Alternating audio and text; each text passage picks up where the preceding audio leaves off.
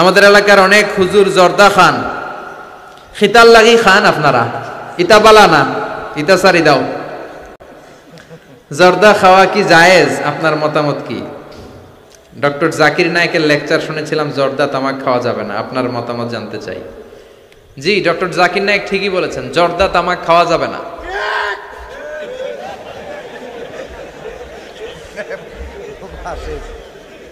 জর্দা তামাক খাওয়া যাবে না, কারণ সিগারেট খাওয়া হারাম, তাই না?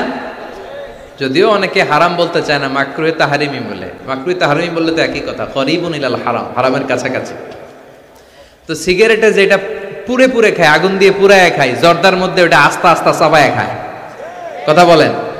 তো সিগারেট যদি হারাম হয়, জর্দা তো আরো আগে হারাম।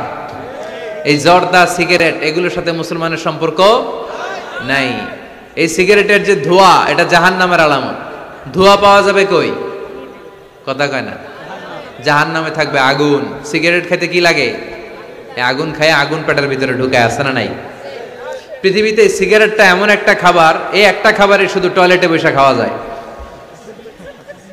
কথা খুব কা, তাই না?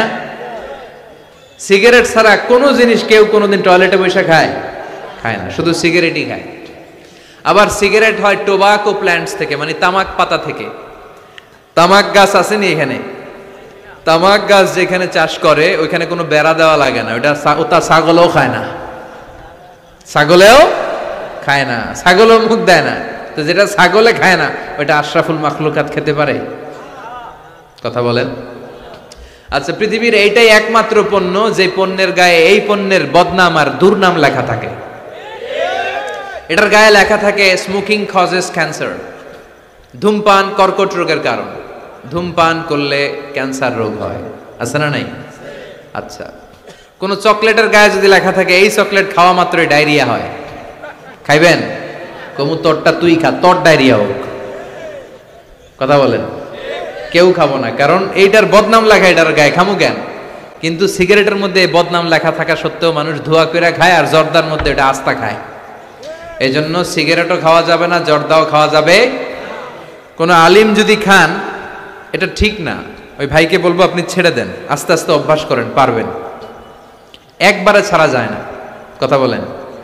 অনেক দিনের অভ্যাস। যে বেটা প্রতিদিন 10টা গুড় লিফ খায়, কয়টা?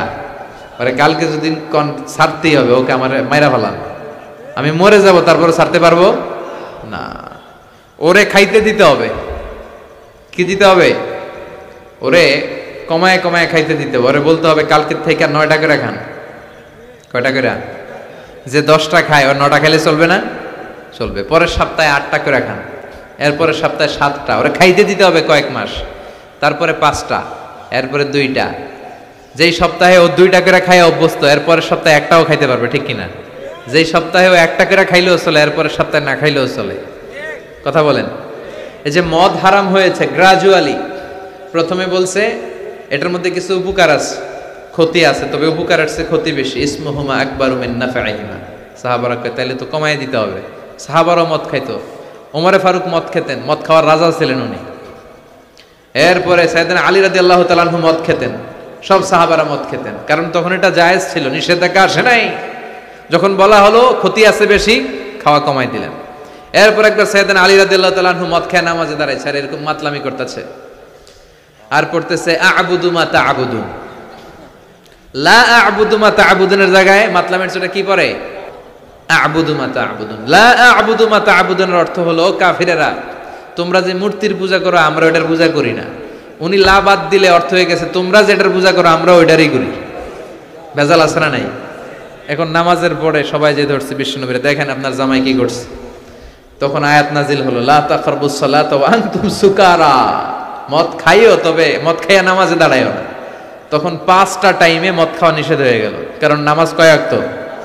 5 ওয়াক্ত খাইতে পারে না, রাতে ঘুমানোর আগে একটু একটু খায়। এরপরে আল্লাহ ইন্নামাল খামরু ওয়াল মাইসির ওয়াল আনসাব ওয়াল আজলাম রিজসুম মিন আমালি শাইতান ফাজতানিবুহু। এরপর চিরকালের জন্য মদ জু আল্লাহ হারাম করে দিলেন। আল্লাহ একবারে হারাম করলে ভয়ঙ্কর অবস্থা হতো, আল্লাহ ধীরে ধীরে হারাম করলেন। তো যারা এই জর্দা সিগারেট খান তারা আস্তে আস্তে কমাবেন।